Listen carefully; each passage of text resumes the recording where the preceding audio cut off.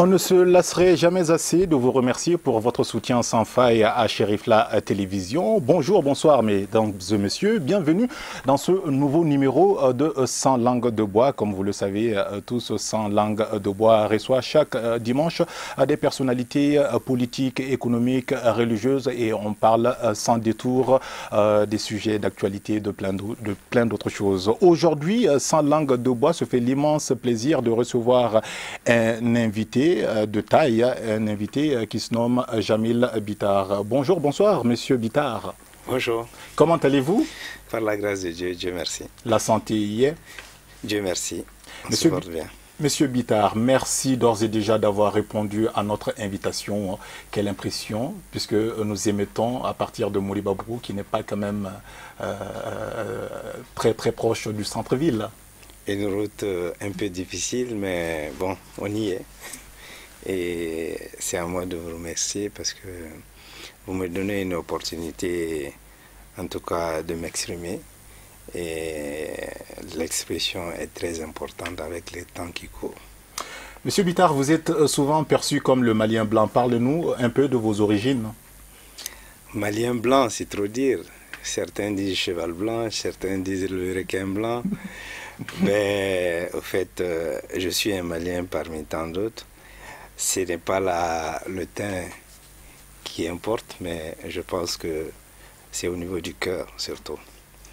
Et pour paraphraser certainement un des grands leaders que nous avions connu dans un passé lointain, c'est au Mali que j'ai vu le soleil. Et c'est à ce même Mali que je dois tout aujourd'hui. Donc c'est vous dire, je suis arabe de par mon père et malinké de par ma maman. Donc ça fait un métissage. Le nord et le sud qui se rencontrent et j'en suis le produit. Un beau métissage, on va dire. Merci. Alors, votre nom est intimement lié à la compagnie de transport Bitar Trans. Peut-on parler d'une success story familiale des Bitar au Mali? Effectivement, ben, vous savez, souvent, il était très difficile pour nous de donner, en tout cas de baptiser la compagnie Bitar Trans.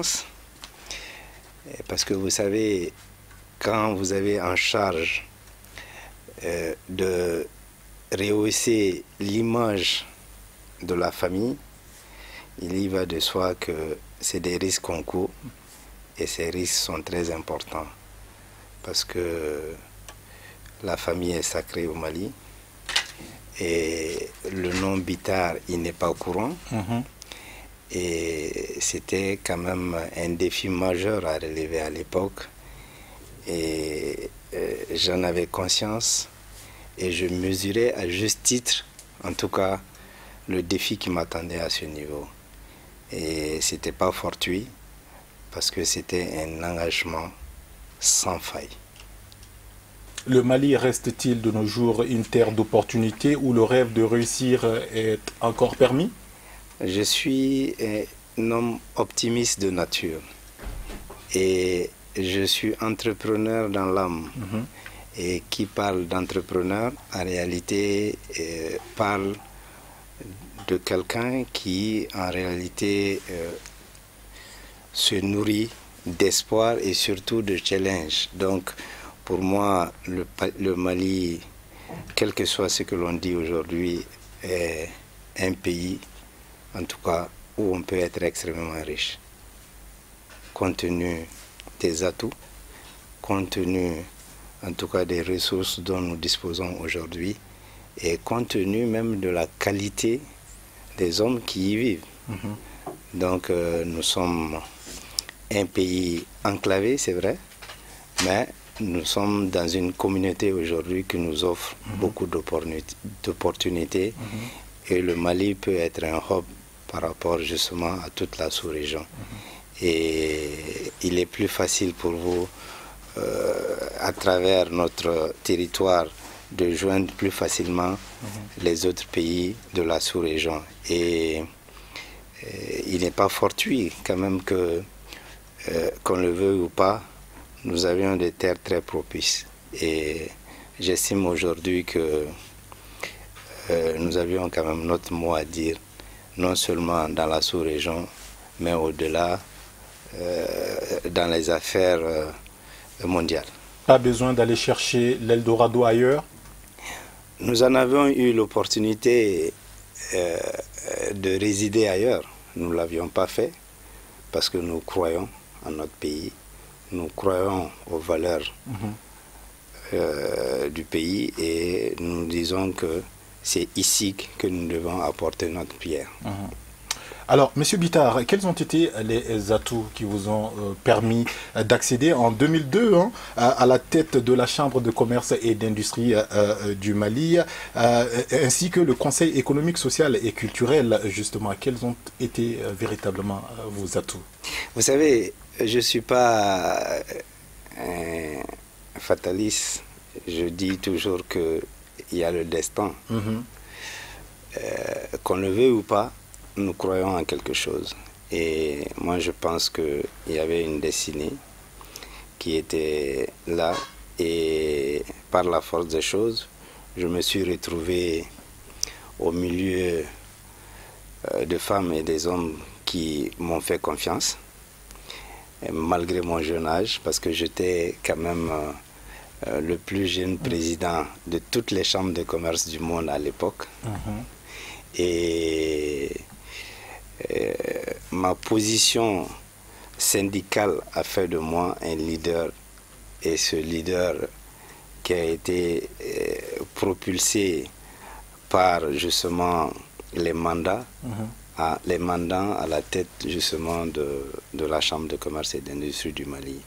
Et c'est au nom d'un mouvement populaire que je me suis retrouvé président de la Chambre de commerce et d'industrie du Mali, parce que les gros à l'époque n'étaient pas avec moi.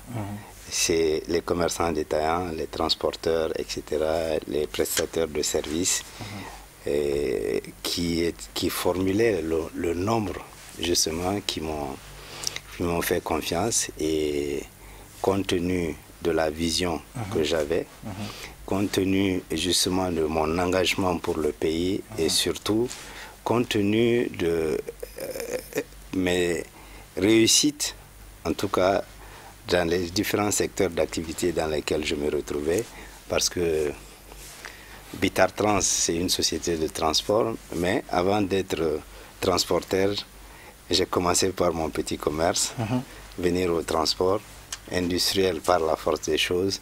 Donc j'étais dans plusieurs secteurs d'activité, et dans tous ces secteurs d'activité, j'avais déjà fait des preuves et qui les ont réconfortés justement dans leur choix et qui m'a propulsé au devant de la scène. Et vous n'avez pas bénéficié d'un coup de piston comme on le voit très souvent au Mali? Non.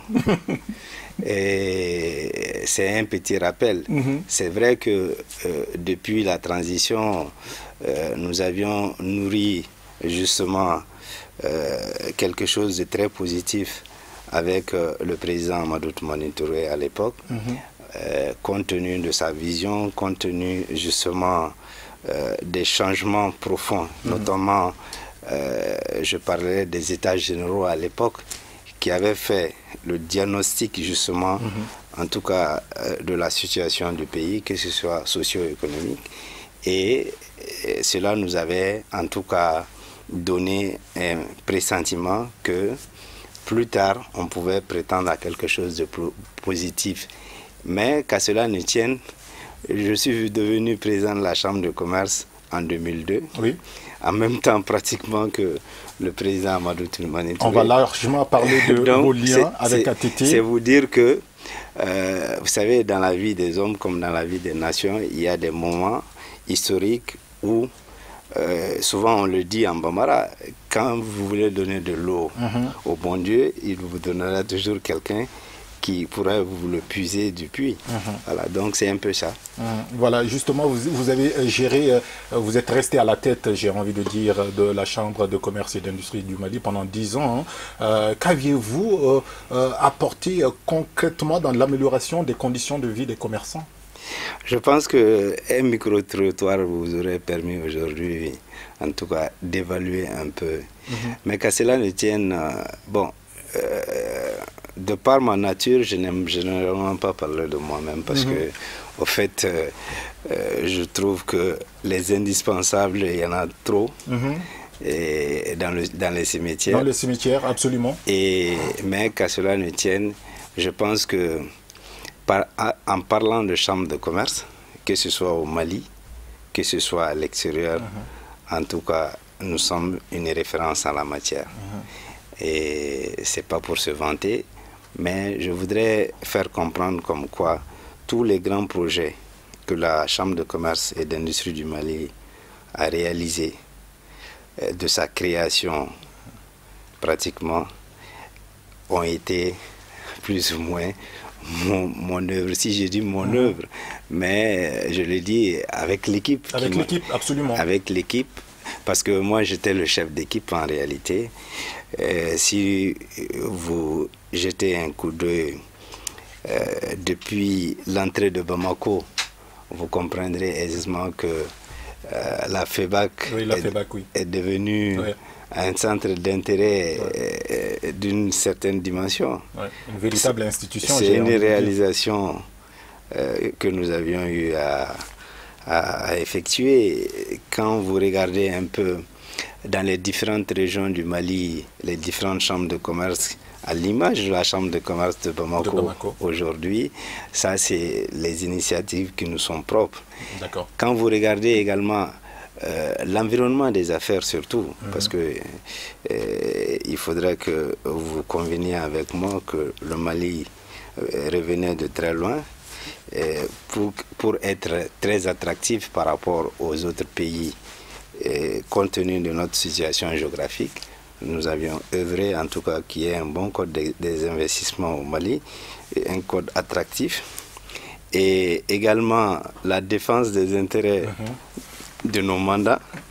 C'est pas moi qui vous le dirai, mais aujourd'hui, il y a un regain de regret autour de la question. Mais c'est vous dire quelque part que nous avions assumé, en tout cas avec détermination, et les différents mandats que nous avions eus à la tête de l'institution. Et il y avait un dialogue fécond qu'on était arrivé à instaurer entre l'administration malienne et le secteur privé. Et ce climat nous permettait justement, sans tabou, justement, de faire avancer les différents dossiers. Alors, on va aborder le chapitre politique de votre carrière. Étiez-vous suffisamment prêt pour être candidat à la présidentielle de 2013 sous la bannière de votre parti, l'Union des mouvements et alliances pour le Mali? Étiez-vous prêt, M. Bittard?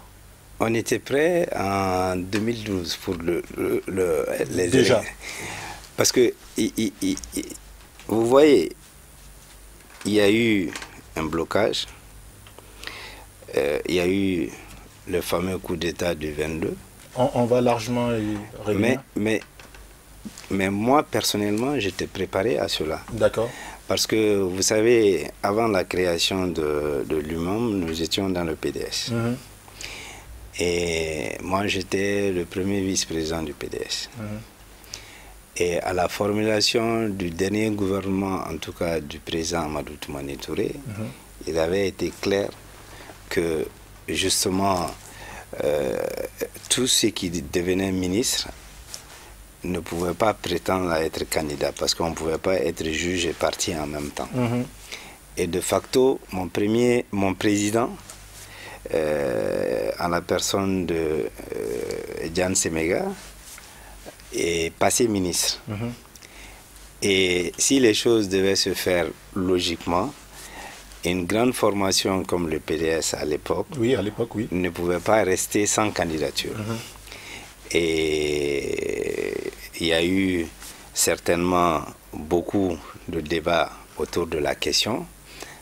Aller, ne pas aller aux élections, mais nous avions estimé que pour une jeune formation qui se retrouvait avec toutes les sensibilités du pays, que c'était un gâchis de ne pas aller à l'élection présidentielle. Et c'est à cela que nous avions travaillé pour qu'il y ait la désignation d'une candidature interne au niveau du parti. Et par finir, nous avions compris qu'il y avait une division qui ne divisait plus son nom. Nous avions décidé à un certain moment de quitter le navire et de créer l'UMAM. D'où le divorce avec le PDS, voilà, si je comprends bien. Voilà, c'était un peu ça. Et nous avions estimé que, en tout cas, compte tenu de toutes les expériences que nous avions eues et compte tenu des expertises que nous avions en matière justement de connaissance du terrain, parce que prétendre à diriger un pays, il faut le connaître. Et moi, j'étais suffisamment préparé parce que, étant président du Conseil économique, social et culturel, j'avais une connaissance approfondie du Mali, en réalité, à travers le recueil que nous faisions tous les ans et les besoins de nos populations, en tout cas au fin fond du Mali, jusqu'à l'extérieur, y compris les localités dans lesquelles nous avions des Maliens, en tout cas, et j'avais les préoccupations des Maliens et j'avais pris sur moi, en tout cas, l'engagement de pouvoir apporter des solutions idoines avec une vision claire, une vision précise des préoccupations pour donner satisfaction et améliorer le bien-être de nos populations. Donc c'est à cela que je m'étais engagé et je me disais en tout cas qu'il était grand temps que, compte tenu de tous ces passages, de continuer à apporter ma pierre à la construction de l'édifice national. Malheureusement, les résultats n'ont pas fait l'effet escompté. Je veux dire que vous savez, toutes les attentes n'ont pas été comblées. Quand on voit un peu... On va dire s'il n'y avait pas eu ici, il n'y avait pas eu ici. Absolument. Il y aura beaucoup de si, parce que en réalité, moi j'étais convaincu que si on était allé aux élections en 2012, j'avais de très fortes chances d'être président de la République du Mali. Ah bon? Compte tenu non seulement de ma popularité, d'accord, compte tenu du soutien que j'avais, d'accord, et compte tenu justement de mon projet que je portais à l'époque. Mais malheureusement, avec le fameux coup d'État, j'ai été incarcéré, j'ai été vilipendé, on a cherché à me détruire. Je faisais même partie de la liste de ces fameux 12 qui devaient certainement ne plus être là aujourd'hui. Et la communication n'a pas facilité les choses à l'époque. Et même lors du fameux contre-coup, il a été dit clairement que moi j'étais peut-être la tête pensante. La tête pensante, justement, oui. De tout ça. Et vous savez, il est facile de détruire que de construire. Mais malgré tout cela, et je vous dis, sur les 29 candidats, j'ai été quand même 9e. C'est vous dire quand même que quelque part, il y avait encore de l'espoir qu'il y a certains Maliens qui nous faisaient confiance. Alors, certainement, vous avez très, très mal pris le renversement du régime d'ATT, puisque vous venez de le dire, vous avez été arrêté, incarcéré plusieurs fois par la junte militaire, c'est ça? Oui, c'est bien ça. Combien de temps êtes-vous resté en prison? 2 semaines. 2 semaines? Oui, 2 semaines. Une première fois? Et des va-et-vient le plus souvent. Mais cela n'est pas le plus important pour moi aujourd'hui, parce que je dis toujours aux gens que moi je ne regarde pas dans un rétroviseur.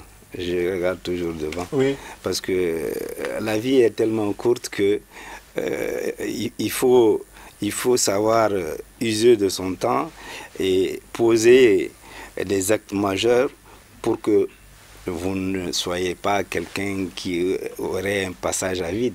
Et aujourd'hui, je me vertue vraiment à aller de l'avant et à tirer les enseignements nécessaires.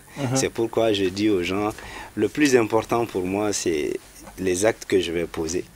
Et ces actes que nous allons poser, si ces actes sont positifs, tant mieux. Monsieur Bitar, vous étiez apparemment le dauphin du président Amadou Toumani, de l'ex-président Amadou Toumani Touré, puisque vous venez de dire que si il n'avait pas été renversé, vous seriez sans doute le président de la République. Y avait-il un deal alors? Non, il n'y avait pas de, entre vous? Il n'y avait pas de deal. Alors? Moi, je vous dis, hein, c'est des pressentiments, c'est des pressentiments, et mieux que tout cela, vous savez, moi j'ai été président de la Chambre de commerce. Oui. Sans le chercher, sans le vouloir. D'accord. J'ai été président du Conseil économique sans le vouloir. D'accord. Mais ce n'est pas la volonté d'un individu qui m'a mis dans ces différents postes. Ce n'étaient pas des postes nominatifs, c'était des postes électifs. Et Dieu merci, je pense que mon passage à la Chambre de commerce et d'industrie du Mali a connu quand même un épilogue dont je ne parlais peut-être pas compte tenu du temps. Du temps, absolument. Et également mon passage au niveau du Conseil économique, social et culturel. Les Maliens ont quand même souvenance de tout ce que j'ai posé comme acte. Donc c'est vous dire quelque part que c'est l'individu. Et souvent c'est pas les institutions en tant que telles, mais c'est le contenu que le leader il imprime à ce niveau. Et je pense que, qu'on le veut ou pas, en tout cas, j'estime aujourd'hui que je ne suis pas un mauvais manager. Vos liens étroits avec ATT ne font plus l'ombre d'un doute, M. Bitar. Alors, est-ce que c'est ce rapprochement qui vous a conduit à créer le mouvement citoyen ATT, même si les initiales veulent dire autre chose, alternative, travail, transparence et non Amadou Toumani Touré? Vous savez, quand vous suivez quelqu'un par intérêt, c'est autre chose. Oui. Mais quand vous le faites par amour, Dieu même a créé le monde par amour. D'accord. Et moi, je vous dis franchement que, qu'on le veut ou pas, moi, je porte ATT dans mon cœur. Okay. Je considère ma famille, je considère un grand frère, un aîné, un papa. Je le considère un leader, je le considère un président, je le considère un idéologue en la matière, parce que la vision que le président Amadou Toumani Touré avait par rapport justement au développement socio-économique du Mali était celle que moi je considérais comme étant la seule issue possible, en tout cas pour notre pays. Et ce consensus qu'il a prôné de tout le temps, et par la force des choses, nous sommes en train d'être rattrapés justement par sa prédilection. On voit, excusez-moi, on voit même en ce moment sur les images le retour du président Amadou Toumani Touré. C'était le 25 décembre dernier, jour de Noël. Et vous êtes un des partisans de ce retour-là d'ATT au Mali. Qu'aviez-vous ressenti ce jour-là, où il a été accueilli par pratiquement tout le peuple malien comme un héros national? Qu'aviez-vous ressenti? ATT a toujours été un héros national. Quand on fait référence au 26 mars, quand on fait référence à tous ces grands chantiers que le président ATT a eu, en tout cas, à mettre en œuvre, quand nous imaginons un peu cette cohésion sociale et tous ces liens que nous avions tissés entre nous, parce au temps d'ATT, il n'y avait pas d'opposition et de majorité, il y avait justement un consensus, même si ce consensus a eu ses forces et ses faiblesses, mais pour moi, c'était non seulement un jour de fête, mais je l'ai ressenti avec joie et bonheur. Et vous savez, à la création du mouvement citoyen ATT, notre premier objectif, nous l'avions atteint, en tout cas le jour de l'arrivée du président Amadou Toumani Touré. Parce que à la conception du parti, nous nous sommes dit, c'est vrai qu'une formation politique se bat le but recherché, c'est la conquête du pouvoir, mais nous allons poser comme premier acte, voilà ce que nous devons faire. Et avec les camarades, nous avions travaillé à cela, avec d'autres associations, avec les leaders religieux, avec d'autres hautes personnalités, d'anciens chefs d'État, etc., etc. Et Dieu merci, je dis, c'est à l'honneur du Mali, c'est à l'honneur de tous. Aujourd'hui, qu'on le veuille ou pas, c'est un grand pas. Et c'est quelque chose de gagné pour la nation. Un sentiment du devoir accompli, certes. Alors, certains observateurs de la place ont vu dans le geste du président Ibeka un moyen de faire de la récupération politique. Ça revient assez souvent dans les débats. Voyez-vous les choses de la même manière, M. Bittard? Non, non. Moi, je pense que nous sommes des humains. Nous sommes des humains. Et chaque chose a son temps. Et je le dis souvent à certains, c'est pas le président Ibeka qui a fait partir le président Amadou Toumani Touré au Sénégal. Mais c'est vrai aussi que Dieu merci, c'est lui qui s'est retrouvé plus tard à la tête du pays. Mais aujourd'hui, dire que bon, il y avait des calculs politiciens derrière. Bon, chacun a sa façon de comprendre les choses. Mais loin s'en faut, moi j'estime aujourd'hui que si le président Ibeka estime qu'il avait justement quelque chose de positif à tirer pour le pays, parce que c'est lui le chef de l'État, c'est lui le premier responsable du pays, tant mieux. Il est le seul aujourd'hui à pouvoir effectivement évaluer l'état des choses. Mais qu'à cela ne tienne, moi je dis, d'autres leaders ont pensé également tirer des bénéfices de ça. Mais nous l'avons fait parce que nous avions travaillé avec le président Amadou Toumani Touré. Nous sommes restés fidèles, nous sommes restés dignes et je pense que c'est à l'honneur du pays. Et tous les gens, en tout cas à un moment ou à un autre, on peut tous se tromper. On peut tous se tromper.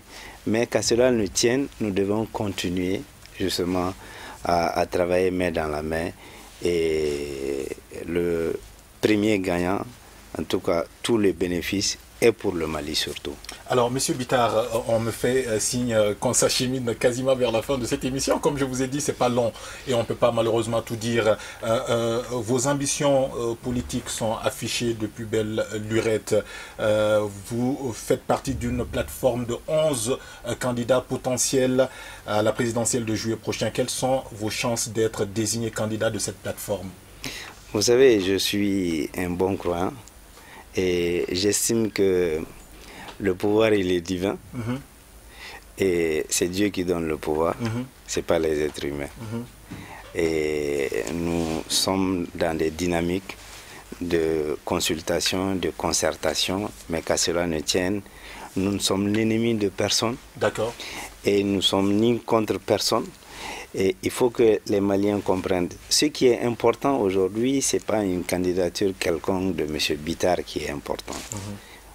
Et pour moi, ce qui est plus important aujourd'hui, c'est comment nous pouvons sauver notre pays. Comment nous pouvons arriver à un consensus pour tirer le Mali de la situation qu'il vit aujourd'hui. Et cette situation, contrairement à ce que les gens disent le plus souvent, ce n'est pas l'histoire d'un individu. Nous ne sommes braqués sur personne. Et je veux que les Maliens comprennent que, contrairement à certains, nous ne sommes contre personne. Et cette plateforme, disante, mais moi j'estime aujourd'hui que si dans le lot, il n'y a pas quelqu'un qui émerge du lot, au-delà de nos propres personnes, si nous voyons qu'il y a un Malien, en tout cas, plus capable, en tout cas, de tirer le Mali d'affaires, moi, personnellement, je serais disposé. D'accord. Je serais disposé. À faire alliance? Pas à faire alliance, parce que pour moi, aujourd'hui, Et il est important que nous nous retrouvions tous sur la même table. D'accord. Opposition, majorité, centre et éventuellement société civile, religieux, etc. Pour qu'il est grand temps qu'on parle du Mali. Qu'on cesse de parler d'individus. Les individus, ils vont passer, mais le pays, il va demeurer. Aujourd'hui, l'histoire nous prouve à suffisance que individuellement, il serait très difficile de sauver le pays. D'accord. Il faut aller dans une synergie et que nos querelles personnelles, nous puissions les taire au profit de notre nation. Les deux dernières questions. Vous parlez de sauver le Mali. Le Mali est au bord du précipice, c'est ça? Alors pourquoi aspirez-vous tant à un changement alors que tous les signaux ne sont pas forcément au rouge? Vous dites aussi que vous n'êtes contre personne. Mon concept du changement n'est pas forcément de renverser un concept de changement d'homme. D'homme, d'accord.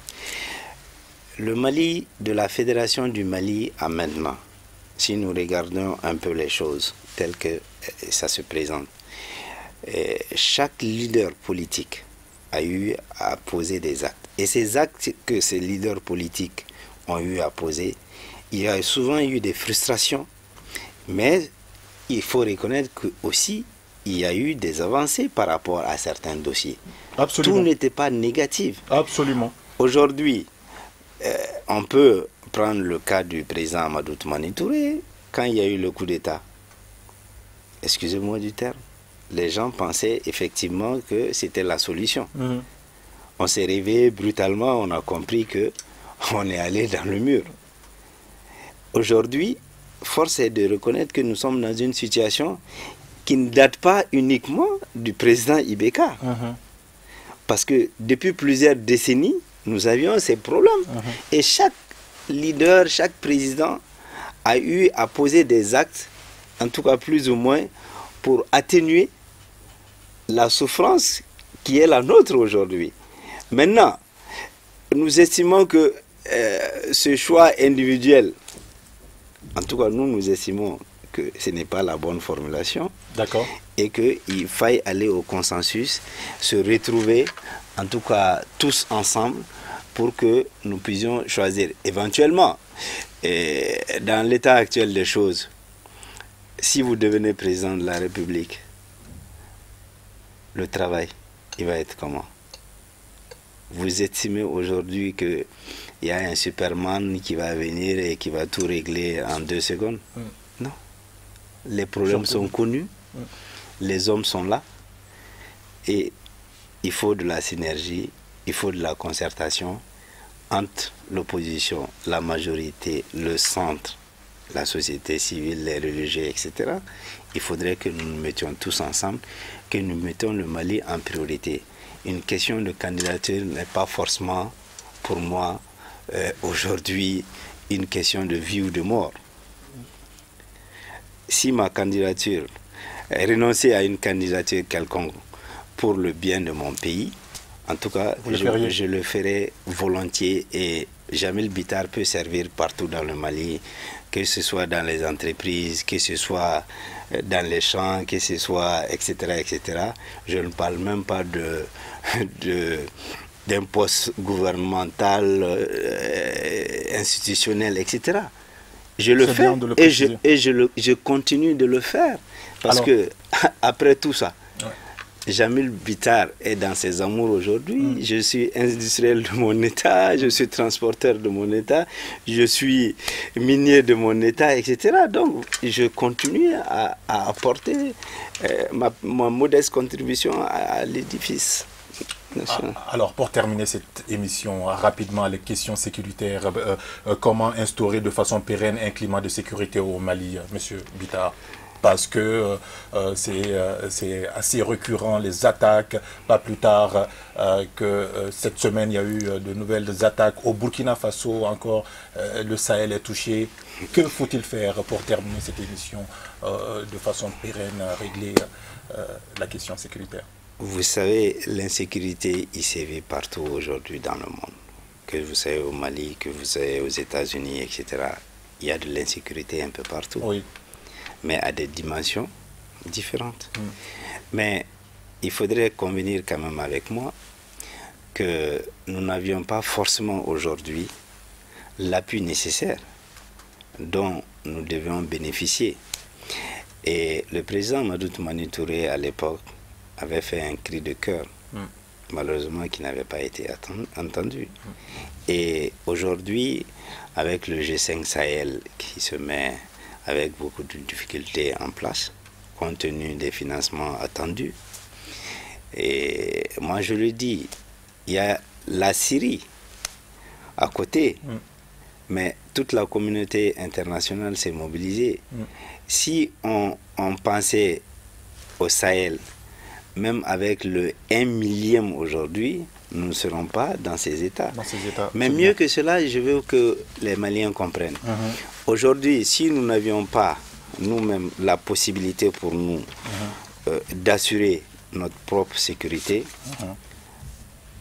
le pays de façon souveraine devrait pouvoir aller à un accord de défense réel cette fois-ci, mais avec justement l'assentement, le consentement des Maliens.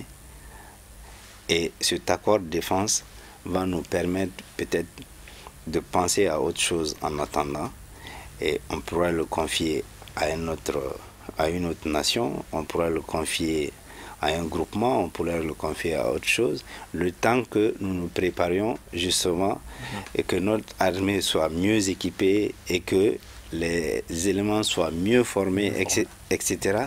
Donc, il faudrait que nous nous donnions le temps de rebâtir, de reconstruire tout ça. Mais si nous estimons aujourd'hui que les moyens dont nous disposons, nous pouvons faire face, je ne suis pas un spécialiste en la matière, nous pouvons faire face à l'ennemi et éventuellement assurer notre défense, nous dirons chapeau. Et nous estimons aujourd'hui en tout cas que compte tenu de tout ce que nous voyons, et je ne suis pas de nature pessimiste, mais la grande question que je me pose aujourd'hui, les Maliens sont focalisés sur les élections, tandis que l'ennemi est en train de gagner du terrain. C'est vous dire quelque part que est-ce que les Maliens même veulent du Mali aujourd'hui? C'est quasiment fini cette émission, Monsieur Bitar. Un grand plaisir de vous avoir eu sur ce plateau. Qu'auriez-vous comme dernier mot rapidement avant de fermer définitivement, de clore définitivement cette émission? Le dernier mot, c'est que je souhaite que les Maliens aient un dernier sursaut d'orgueil. D'accord. Que nous abandonnions nos querelles personnelles, que nous abandonnions nos querelles de pouvoir, que nous nous mettons au service de la nation. Et de quelle manière? Dans un consensus. Dans ce consensus qui va nous amener à tirer notre pays d'affaires et dans la cohésion, dans l'unité et dans l'union sacrée surtout. Mais le fondement de tout cela devrait forcément passer par le pardon. À l'image un peu du Rwanda, je pense que les Maliens devraient se dire quelque part, ils ont pu de l'autre côté, pourquoi nous ne pouvons pas? Donc c'est dire simplement que je souhaite vivement et je prie le bon Dieu afin que les échéances qui sont annoncées, s'il devrait avoir lieu, que ce soit une fête populaire, que ce ne soit pas encore une source de division entre les Maliens, et que quelque part ces élections puissent nous apporter en tout cas la cohésion. Et si réellement également il y a d'autres possibilités qui s'offraient, pourquoi ne pas se mettre ensemble décider d'une candidature même unique, afin que nous puissions être épargnés de toutes les divisions dont il est question aujourd'hui. Le Mali en a réellement besoin. Merci d'avoir répondu à notre invitation, M. Jamil Bitar, et nous vous souhaitons non seulement du courage, bon courage, mais également beaucoup de chance. Chers téléspectateurs, ainsi s'achève cette émission Sans langue de bois qui recevait comme invité Jamil Bitar. Merci de l'avoir suivi et on se donne rendez-vous très prochainement pour un autre numéro. À très bientôt.